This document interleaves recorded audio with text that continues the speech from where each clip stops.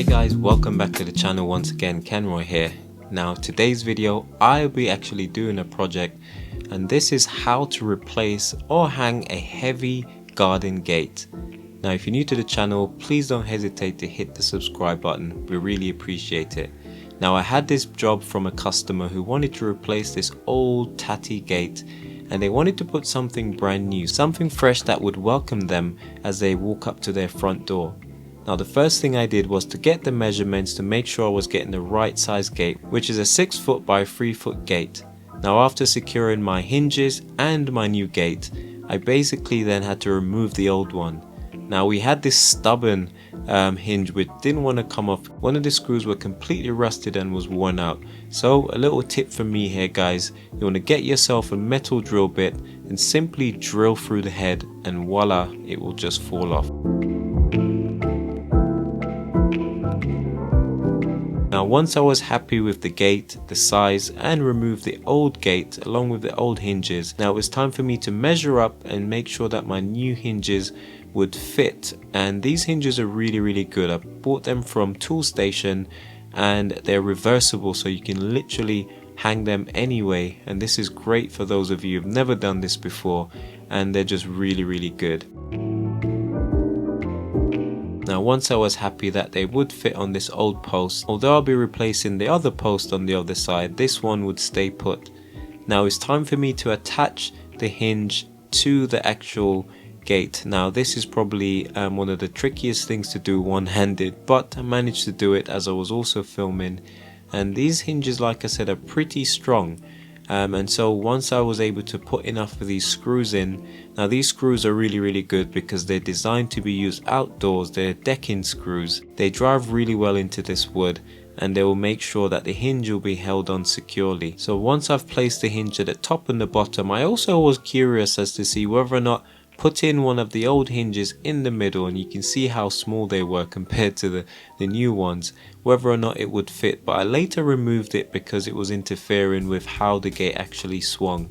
And so the next stage is to hang the gate, but before doing that, here's another top tip guys. Make sure that you place something down underneath the gate, at least 20mm clearance. Now I'm using bits of scrap wood and bamboo here, and this is to raise the gate up off the floor, to make sure that once you start swinging it, it won't get caught on the bricks on the floor. And this is something that is so easy to forget because these gates are so heavy, and once you've got them hang, gravity will start to pull them towards the ground. So you want to make sure you hang them higher than the floor to make sure you have clearance. Now over here where I'll be replacing one of the other hinges, watch out for that little wood louse guys. I basically had to chisel out a section to allow the post to stand vertically, you know, nice and plumb, because the previous person who put this post in didn't actually chip out this notch, and so the post was actually leaning outwards, which prevented it from being aesthetically pleasing if you ask me, and allowing you to have this nice gap. Now that I've attached the gate to the fence, you can see the difference guys. It now has a nice even gap from the bottom all the way to the top, and if I hadn't chipped out this notch, it will definitely notice the difference. So you know, a job isn't worth doing if you're not going to do it right, I say. And now there you go guys, the gate has been hung onto the post, and now it's time for me to actually drill a hole through the main section of the gate. Now this will allow me to be able to put a handle onto the gate, as they do not come with a pre-drill hole. Now you need a drill bit that is larger than the bolt that you'll be putting through. Now unfortunately guys, I didn't pick up a new gate latch because I thought this one would be fine, but this new gate is so much thicker, as you can see here, that it swallowed up most of that bolt going through, so I will have to come back and replace it. But for now it will definitely do the job. So I'll be attaching this on, getting it lined up with the latch on the other side, and just like that guys, it's done. And this is what it looks like after attaching the latch and the handle. You simply twist it and you're able to lift it off, pretty straightforward. Now I've also reused temporarily guys this old bolt just for a bit of added security, but I will be replacing it with one at a later date that has a padlock based on the customer's request. and just like that, guys, it even shuts itself, which is really good. And so that's how easy it is to replace and to hang a wooden gate. I was able to do this by myself. You only need a few pieces of tools, and this is what the gate used to look like. I mean, look at that, guys. No one wants to walk up to their house with a gate looking like this, I'm sure.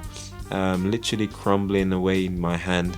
The roofers did a really poor job, and they made a mess everywhere. And this is what the new gate now looks like, and the customer is so super happy to see the gate, that horrible gate, has been replaced. And like I said, even though it's very heavy, you know, you can definitely do this by yourself, guys.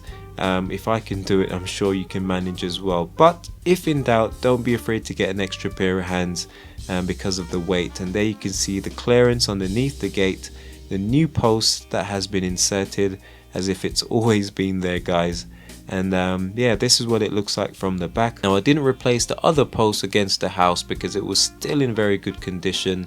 I guess being so close to the house, it was kind of protected from the elements, and you know, that would have incurred extra costs plus drilling into the house, which I really didn't want to do. But the customer was more than happy to use the post, which, like I said, will last for many years. Well, the customer wasn't done. They wanted me to paint the gate to give it an extra coat of protection, but also to change the color, and they decided to go with this Ronsil red cedar, which is a very common fence paint. I had some left over, so I was more than happy to paint this for her. I did buy another tub, another color, but she changed her mind, and so I'm just using the traditional red cedar, giving it a couple good coats of paint, guys. Now, I will say, here's another tip: make sure you've got a dust sheet, something to spread on the floor, because this stuff gets everywhere, guys. Now, I'm not using the right brush here, as you can see, but this is the only one that I had to hand, and as just to show you that any brush will do. And I literally just took my time, went through painting this. It's already started to look great. I'm just going to do the post, the front and the back, and this is what the front looked like after the first coat, which is looking really good on this autumn's day. Now, I will be removing that handle for the latch to make sure that we paint behind it, because we want to give it a really nice finish. You know, it's always good to do a good job so you can get those recommendations, right, guys? And so I will be taking these screws out, painting behind it, and then by then the job will be done. But before then, I also need to do the back, and just to prove that I did paint the back, again, this is the easiest part of the job, and this is what the finished project looks like, guys. A nice red gate to meet and to welcome and to greet both the customer and her guests as they walk up to the house. Now, let me know what you think about this project, guys. I really enjoyed doing it, and you can definitely do something similar. Don't forget to like, comment and subscribe if you're planning a job like this. If you need any tips, I'm more than happy to share. Any questions whatsoever, please post them in the comments down below. As always, this is Kenroy signing off for another DIY project, and we see you in the next one. Take care and God bless.